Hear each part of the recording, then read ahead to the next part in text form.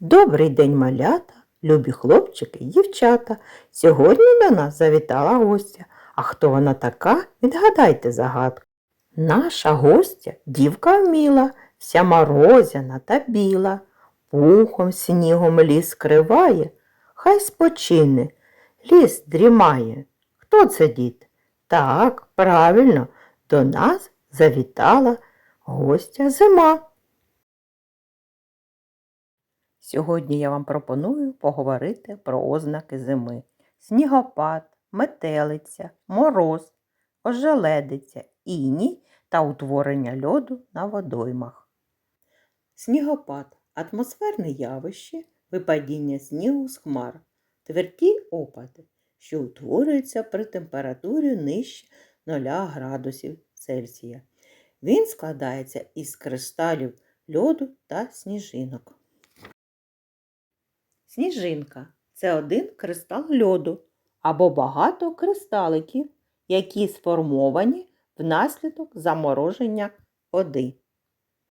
Цікаві факти народження сніжинки. Водяна пара піднімається дуже високо над землею, де панує сильний холод, і тут з неї утворюються крихітні крижинки – кристалики. Вони поступово ростуть і перетворюються на дивовижні шестикутні зірочки-сніжинки. Метелиця – це сильний вітер з снігом. Мороз – холод, коли температура повітря спадає нижче 0 градусів Цельсія.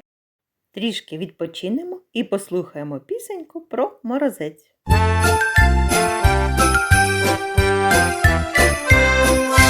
Морозець, морозець, пощипав нам щічки, теплі валянки у нас, шубки, рукавички, теплі валянки у нас, шубки, рукавички.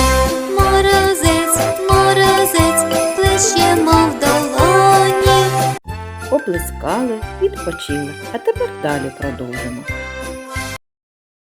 Іній – частинки води на поверхні, що замерзли на морозі та перетворилися на кристали льоду. Ожеледиця – тонкий шар льоду на земній поверхні, який утворився після дощу при зниженні температури.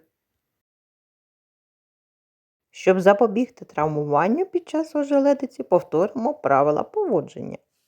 Пересувайтесь повільно, не тримайте руки в кишенях, коліна розслаблені, злегка зігнуті. У разі порушення рівноваги необхідно присісти, щоб зменшити висоту падіння. Не проходьте дуже близько до будівель та дерев, можливе падіння буруль. Будьте уважні, коли переходите дорогу чи перебуваєте на узбіччі. Обирайте взуття на низьких підборах із рельєфною підошвою. Утворення льоду на водоймах. Коли температура в повітрі понижається, вода на річках, озерах замерзає, утворюється лід. Він слизький, але кататися на ньому ні в якому разі не можна. Для катання на ковзанах організовані спеціальні місця – ковзанки. Ось і закріпили ми з вами ознак зими. Ви запам'ятали їх? Ну то добре. Нехай зимова пора вам приносить тільки радість. Я прощаюсь з вами. До побачення, до нових зустрічей.